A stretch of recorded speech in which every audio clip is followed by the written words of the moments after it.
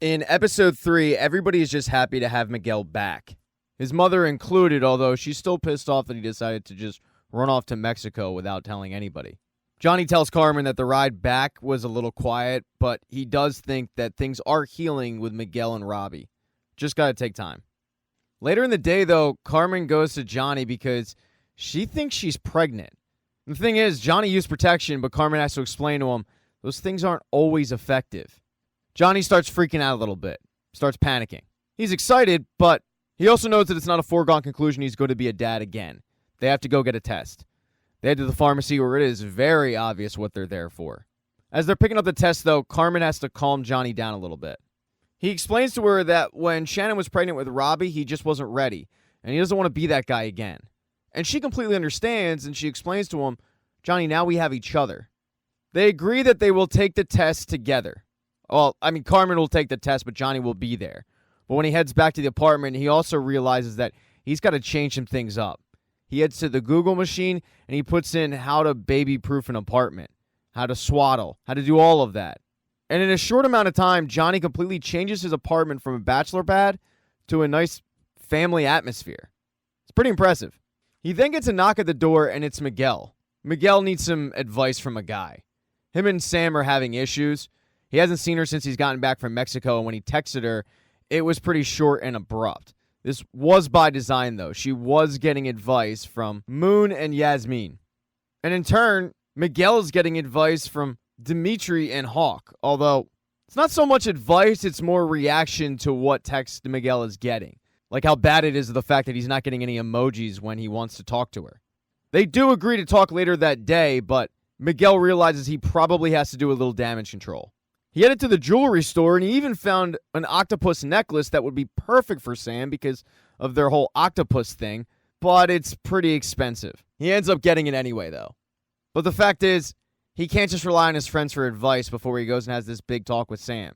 He needs some guy advice from somebody with experience. And the only person he knows is Johnny. He explains to Johnny that he wants to fix things with Sam. He knows something's up. They have to meet that night, but he has no idea what he's actually supposed to say to her. And Johnny's advice is tell her the truth. We mess up sometimes. You don't have to have it all figured out. Just be honest with her. So Miguel leaves Johnny's apartment, and he goes and he heads and he has that conversation with Sam, and he is honest with her. He apologizes for what he did, and she says, I'm sorry too. I was so wrapped up in the tournament, I wasn't sensitive to what you were going through. And I really respect what you did. You took a little bit of time to find yourself, but right now, I need that time to find myself. Ever since my dad opened up the dojo, my whole life has been about karate. So right now, I need a little break to figure out who I am outside of karate. Miguel doesn't quite understand what she needs a break from. Is it karate? Is it him? And she starts crying and she says, I'm not okay right now. And I don't think I will be until I take this time to find out about myself. But that doesn't mean we still can't be friends. Miguel understands and he gives her a hug, but he is hurt. This isn't exactly what he wanted. And as he's leaving, he just drops the octopus necklace on the ground. I guess the idiot didn't think of a gift receipt. Like, come on, man. You had to know this was a possibility. As Miguel was going through a breakup, Johnny gets a knock at the door from Carmen. She is very impressed by all the changes he made in his apartment. It's clear that Johnny is taking this seriously. So she feels really bad about the fact that she didn't hold true to her word. She took the test. And she's excited to tell Johnny Lawrence that they're having a baby. He's going to be the father of 2 kids now. But somebody who's already a father of 2 kids is Daniel LaRusso. He heads to the country club for a little R&R with Chosen and his 2 cousins, but they run into Silver. Daniel's very surprised to see Silver there and makes the comment of, I guess they'll let anybody join nowadays. But he feels like Silver has tracked him down and is intentionally antagonizing him. In turn, Daniel rubs it in a little bit by saying, by the way, how's your sensei search going? I hear you hit a little bit of a snag. Silver lets him know that doing that was a mistake. But Daniel tells him Miyagi-Do's never going to back down. Chosen then walks up and Silver tells both of them, Daniel, you might have some old friends to call upon, but you don't have as many as me. I'm giving you the opportunity to stand down. There won't be any retaliation, no repercussions, just get out of my way. But Daniel tells him, this is my backyard, and I'm not the one who needs to go. Silver kind of chuckles and then tells the bartender, put their drinks on my tab, and then he heads out. But the line that he said about having more friends than Daniel jumped out to Daniel. When Daniel and Chosen get back to the house, they start talking about it, and Chosen says, do you know any of Terry's old friends? And that's when Daniel remembers Mike Barnes. He fits the narrative of what Silver would be talking about. So Daniel and Chosen go track him down, and they follow him to a furniture store. Daniel heads inside to sneak up on Mike while Chosen waits in the car at Daniel's orders. He doesn't want him getting into any more fights. And as Daniel is hiding behind some boxes, he overhears a conversation with Mike on the phone where it seems like Mike is talking to Silver. He hears Mike say, it's good to be back in business, just like old times. Hey, I've been telling you to get rid of that Italian piece of crap for years. And then he says, I flew in from Japan. All of these things make sense. But when Daniel hears him say, for me to do my very best, I need 50%. It'll be just like last time. Those kids are in for a big surprise. Daniel takes action. He thinks that Mike is talking about his family. But boy, was he wrong. He takes Mike completely off guard and he grabs his cell phone, only to find out that Mike isn't talking to Terry Silver. He's talking to a customer. Because Mike Barnes has turned his life around and he owns a furniture store. He was talking to a customer about chairs. Daniel is super apologetic to Mike. But in a surprising twist, it's actually Mike who starts apologizing to Daniel. As he's gotten older, he realized what a bully he really was, and he felt terrible about it. He wanted to apologize for years, but he just never got the right opportunity.